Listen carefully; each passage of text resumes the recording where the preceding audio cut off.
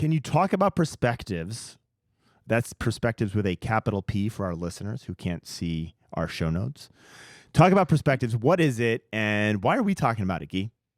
Yeah, so perspectives is it's going to be a filter, and we'll put a link in the show notes. But you're going to see videos, images, and posts from a variety of different, experts on social media sites, forum sites. So it's funny, we've been poo-pooing third-party publishing and forums, question and answer sites like Avo and stuff, and get ready for them to reemerge. Totally.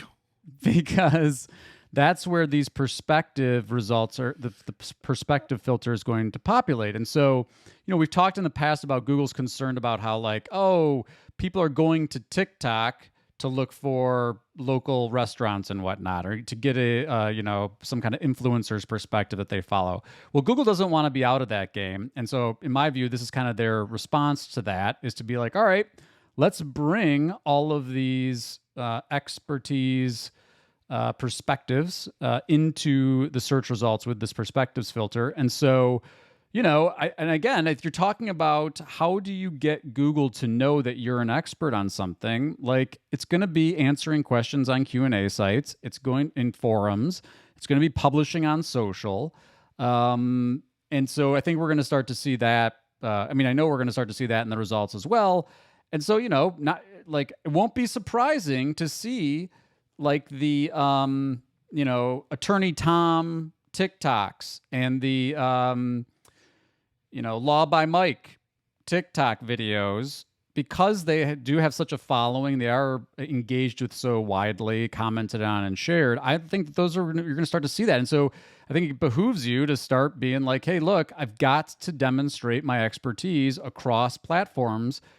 Which again, it's like we're talking about this in this context of this perspectives thing, but fundamentally, that's not different than what we talked about in traditional SEO, right? People debate about the signaling value of social media links and no follows and all this jazz, but at the end of the day, Google is not saying we're just trying to organize websites for 10 blue links. We're trying to organize the world's information, meaning we're going to take in expertise from all of these different sources and pull it into search results. And so, anyway, consider it a portfolio strategy. Diversify your efforts, but you've got to, it's just like, if you think, I keep saying this idea of the lines between the real world and the web are blurring. And so being on social platforms is no different than speaking engagements, right? It's an opportunity for you to display your expertise. And so the more places you're doing that's getting real-time feedback essentially from the audience by, likes, shares, comments, embeds, answers on question and answer site. That's the stuff that I think is likely to rise to the surface on this perspectives filter. So I had a slightly different take on perspectives, and it's built off of a couple quotes as well as the use of the word perspectives. I want to read a quote from the Google News product manager, Itamar Sneer, when they announced perspectives, and we'll drill further into about this author. And the quote was, "We build features to help you evaluate the information you come across online while expanding the range," my emphasis here, "of helpful information you can find." And so when I read this, my read was one of the things Google is pushing back against is this kind of thought bubble, this echo chamber of people agreeing with what you think about and showing you information that you want to read because you already believe it. Thank you, Fox News, right? And so my read on this was they're actually trying to showcase, and it's interesting that this came from the Google News product manager. They're trying to showcase a wider variety of perspectives on a given issue based on the leanings, and it doesn't necessarily have to be political, but based on kind of diversity of perspectives on an individual issue. And so that was kind of my read on the perspectives. And then they went deeper into about this author. So they're showcasing in these SGE results where the results are coming from. Why were you seeing this result? And they're going into, and we're coming back to the perspectives and the authorship, they're going into snippets about who this person is, not just the content and why it was ranked, but like who wrote it and why Google has used that person and where that person is coming from. So I find this an attempt by Google to help, or at least provide more context for where the results are coming from for the reader. That was kind of my take on that.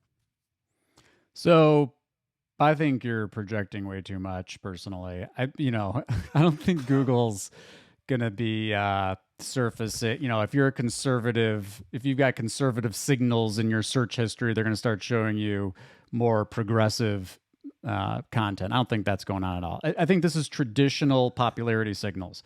This is going to be followers, like counts, engagement, could it happen that what you're talking about in many instances? Like, sure. And again, I think that's great. And it's an optimistic worldview. But, look, I think it's much more about, I'm looking at the announcement from the person who posts on the keyword blog, and it's popularity. Like, you're right on this. They want to give more prominence to the creators, right? And Sure. I think there's an interesting philosophical thing here, right? Because the creators are now going to have the same arguments and issues with Google that the publishers did. So this is the double-edged sword of the Google ecosystem, right? So Google scrapes your content and puts a little snippet to help people find your content. As a publisher, you're like, hooray, I got traffic from Google. So someone was searching for something. Then Google started doing snippets, and it's like, oh, no hooray, because no one's actually clicking through to my site because they're getting their answer in the result. Now, it's interesting because the creators, they're at the very least, like their persona, their expertise, who they are, their identity is going to be part of showing up on Google, right? So you're going to see that person. I think that's great. However, if you're consuming this expertise in the result, are people going to be clicking through and engaging with your content on the native platform from where Google pulled that content? Are they going to use the legal example, if you publish something on an Avvo question and answer site, Avvo has its own engagement stuff with upvotes and stuff built into them, just like a lot of these forum sites are. Yep. And will people click through, or will they just get their answer? And so this is the kind of that double-edged sword of like, look, it's Google's world, like it or not. I don't think anytime soon we're seeing, people talked about, oh, Bing stealing market share with ChatGPT. Like I was like, I spit out my water when people were saying that to me.